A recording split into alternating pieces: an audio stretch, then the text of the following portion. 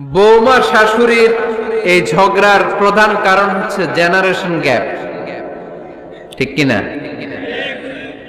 শাশুড়ি এক জেনারেশনের আর বৌমা আরেক জেনারেশনের। শাশুড়ি ভাবে একরকম, বৌমা ভাবে আরেক রকম।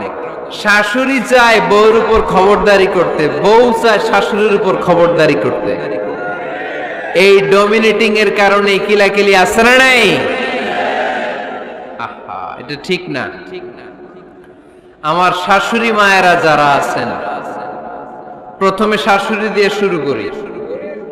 আমার মাইকের আওয়াজ যে ঘরগুলোতে যায়, আমার শাশুড়ি মাদেরকে বলবো, বউদের উপর অত্যাচার করবেন না।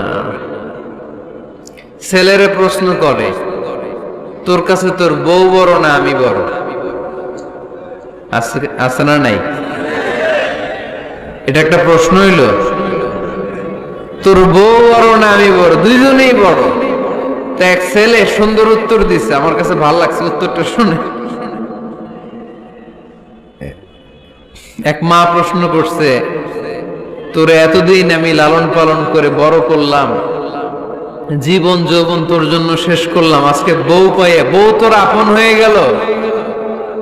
এবার ছেলে উত্তর দিচ্ছে, মা, আমার মুখ থেকে মা ডাক শোনার জন্য তুমি কি কষ্টটাই না করছো জীবনে।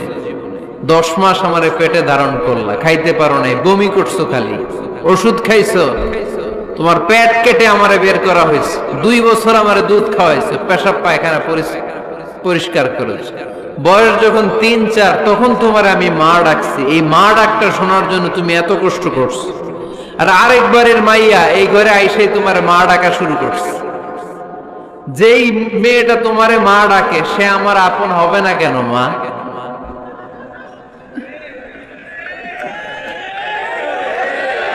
ঠিক কিনা? এই মা ডাক শোনার জন্য তুমি এত কষ্ট করলা, আমারে লালন পালন করলা, 10 মাস পেটে ধরলা, পেশাব